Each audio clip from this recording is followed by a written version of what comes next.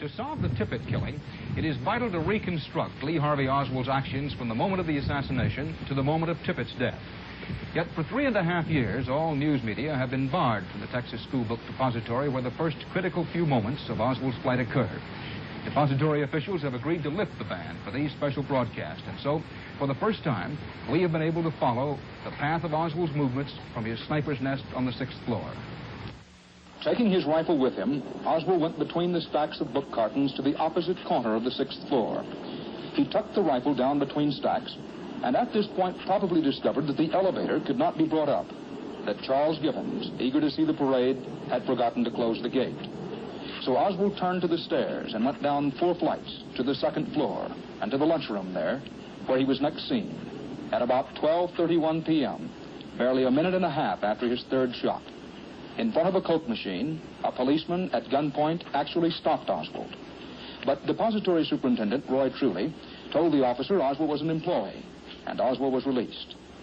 Free to go, Oswald apparently crossed the 2nd floor through this office, went down the front stairs, perhaps 3 minutes after the assassination, and continued out through the glass front door, well before police sealed off the depository building. Here is how the Warren Commission reconstructed Oswald's movements after he left the depository. He walked 7 blocks down Elm Street, then took a bus on Murphy headed for Oak Cliff. But the bus quickly became tangled in the traffic jam caused by the assassination itself, and Oswald got off, walked 2 blocks to Lamar, then took a cab several blocks past his rooming house on Beckley. The commission believes he then walked back to his apartment, picked up a revolver and a lightweight jacket, and set off on foot down Beckley. Attention all squads. Attention all squads.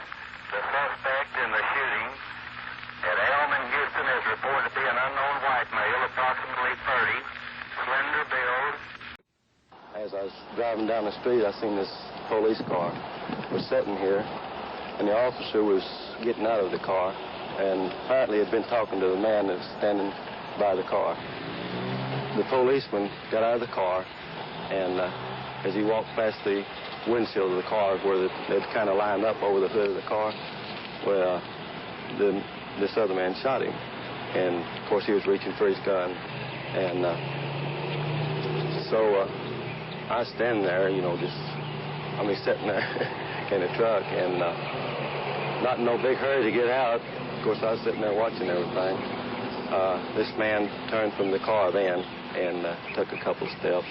Then, as he turned to walk away, he was unloading his gun, and he took the shells, held them in his hand, and as he took off, he threw them in the bushes, more or less like nothing really trying to get rid of them. I guess he didn't figure he was caught anyway, so he just threw them in the bushes.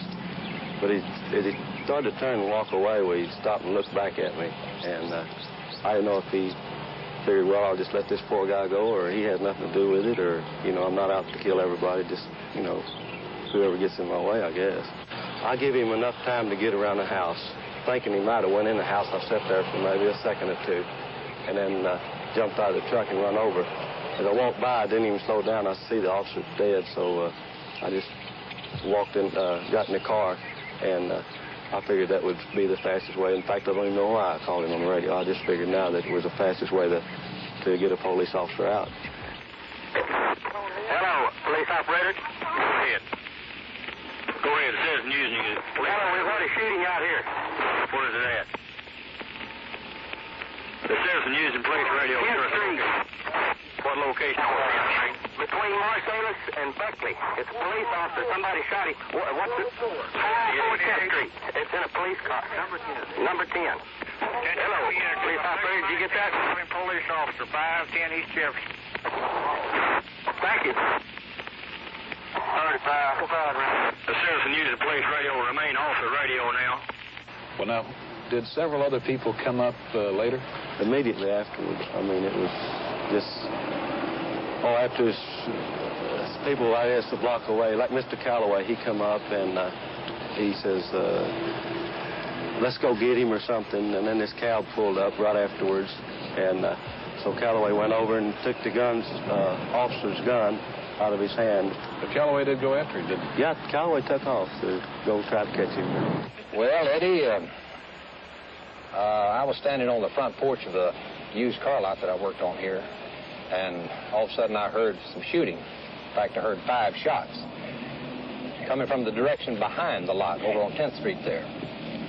Well, I come running off the side of the porch and out to the sidewalk here, and I looked up the street and I saw this man run through this hedge up here on the corner, and I saw right away that he had a gun in his hand, and then he continued across the street coming in this direction.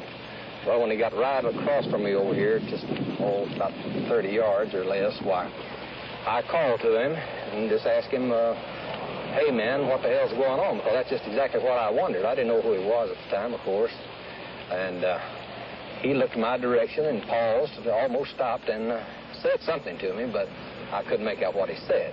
But he had this pistol in his hand, carried in what we used to in the Marine Corps call a raised pistol position, and then he slowed down and started walking. Then I ran to the corner, 10th and Patton, and when I got there, I saw this squad car parked near the curb, and then I walked around in front of the squad car, and this policeman was lying in front of the squad car. Tom, what about those expended shells? Well, they were looking all over the place for evidence, I guess, and taking fingerprints and what have you. So I guess they was going to walk off and leave them. You know, not knowing they was there and seeing I knew where they was at, I walked over and picked up a stick and picked them up and put them in a Winston package. I think I picked up 2 and put them in a Winston package, and then as I was walking back, I picked the other one up by hand, I believe. And I picked them up with a stick, you know, keep them leaving fingerprints on them, because I figured they might need them. The cartridges that Benavides picked up were positively identified as being fired in Oswald's revolver, but only one of the 4 lead bullets removed from Officer Tippit's body could be positively identified with that revolver by Illinois Ballistics Identification Expert Joseph Nicol. In the examination of the projectiles, the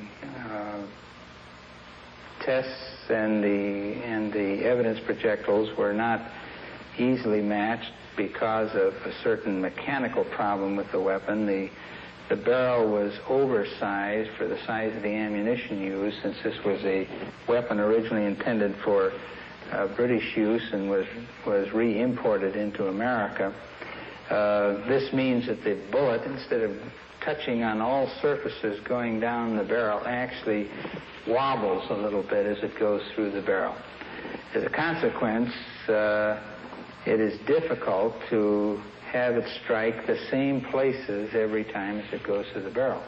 So that the match on the projectiles was extremely difficult. I did find, however, that on the driving edge of the lands there were certain groups of lines which I could match on one bullet. I wasn't able to identify the others, although there was nothing to exclude them insofar as the class characteristics. All of them could have been fired in that particular weapon. One of the bullets that killed Officer Tippit was fired in Oswald's revolver. The other 3 could have been, according to the ballistics identification expert. Ted Callaway went to the police station that night and made a positive identification of Oswald in a lineup. But Mr. Benavides did not do so. Eddie Barker asked him if he were sure Oswald did the shooting. Is there any doubt in your mind that Oswald was the man you had seen shoot Tippit? No, sir, there was no doubt at all, period. I could even tell you how he combed his hair and the clothes he wore and what have you, to the detail. And if he had a scar on his face, I could have probably told you about it. But you don't get things like that.